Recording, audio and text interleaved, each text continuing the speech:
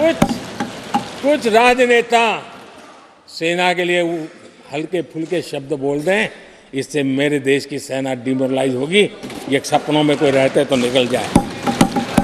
देश के मूड को वो खत्म नहीं कर सकते। और किसी के एजेंट बन करके इस प्रकार की भाषा अगर कहीं से भी उठती है, देश कभी स्वीकार नहीं कर सकता है।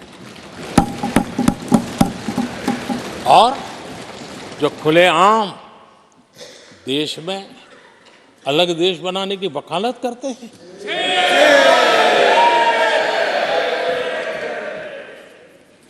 जोड़ने की बातें छोड़ो, तोड़ने की कोशिश करिए। यार, आपके अंदर क्या पड़ा हुआ है?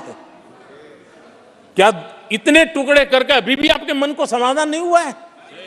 देश के इतने टुकड़े कर चुके हो आप, और टुकड़े करना चाहते हो? कब तक करते रहोगे? आदरणीय अध्यक्ष जी, इसी सदन में अगर कश्मीर की बात होती थी तो हमेशा चिंता का स्वर निकलता था, छिटाकशी होती थी, आरोप प्रत्यारोप होते थे। आज जम्मू कश्मीर में अभूतपूर्व विकास की चर्चा हो रही है और गर्व के साथ हो रही है। पर्यटन लगातार बढ़ रहा है। G20 समिट होती है वहां, पूरा विश्व आज उसकी सराहना करता है। आर्टिकल 370 को लेकर के कैसा हुआ बना के रखा था। कश्मीर के लोगों ने जिस प्रकार से उसको गले लगाया है, कश्मीरी जनता ने जिस प्रकार से गले लगाया है, और आखिर के ये समस्या किसकी देन थी? किसने देश के माथे पर मारा था? किसने भारत के संविधान के अंदर इस प्रकार की दरार करके रखी हुई थी? आदरणीय अध्यक्ष जी, अगर नेहरू जी का नाम लेते हैं तो उनको बुरा लगता है, लेकिन कश्मीर को जो समस्याएं झेलनी पड़ी उसके मूल में उनकी ये सोच थी और उसी का परिणाम है देश को भुगतना पड़ा। जम्मू कश्मीर के लोगों को, देश के लोगों को नेहरू जी की गलतियों का बहुत बड़ी कीमत चुकानी पड़ी है। आदरणीय अध्यक्ष जी, वो भले गलतियां करके गए, लेकिन हम मुसीबतें झेल करके भी गलतियों सुधारने के लिए हमारी कोशिश जारी रखेंगे। हम रुकने वाले नहीं हैं। हम देश के लिए काम करने के लिए निकले हुए लोग हैं। हमारे लिए नेशन फर्स्ट है। आदरणीय अध्यक्ष जी, मैं सभी राजनीतिक दलों के नेताओं से आग्रह करूंगा, सभी माननीय सदस्यों से आग्रह करूंगा, भारत के जीवन में एक बहुत बड़ा अवसर आया है। वैश्विक परिवेश में भारत के लिए बड़ा अवसर आया है। एक नए आत्मविश्वास के साथ आगे बढ़ने का अवसर आया है। राजनीति अपनी जगह पे होती है, आरोप प्रत्यारोप अपनी जगह पर होता है, लेकिन देश से बढ़कर कुछ नहीं होता है।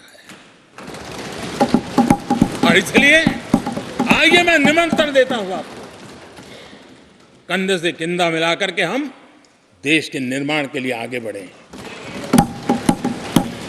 राजनीति में किसी भी जगह पर रहते हुए भी राष्ट्र निर्माण में आगे बढ़ने में कोई रुकावट नहीं आती। अब इस राह को मत छोड़िए। मैं आपका साथ मांग रहा हूं, मां भारती के कल्याण के लिए साथ मांग रहा हूं।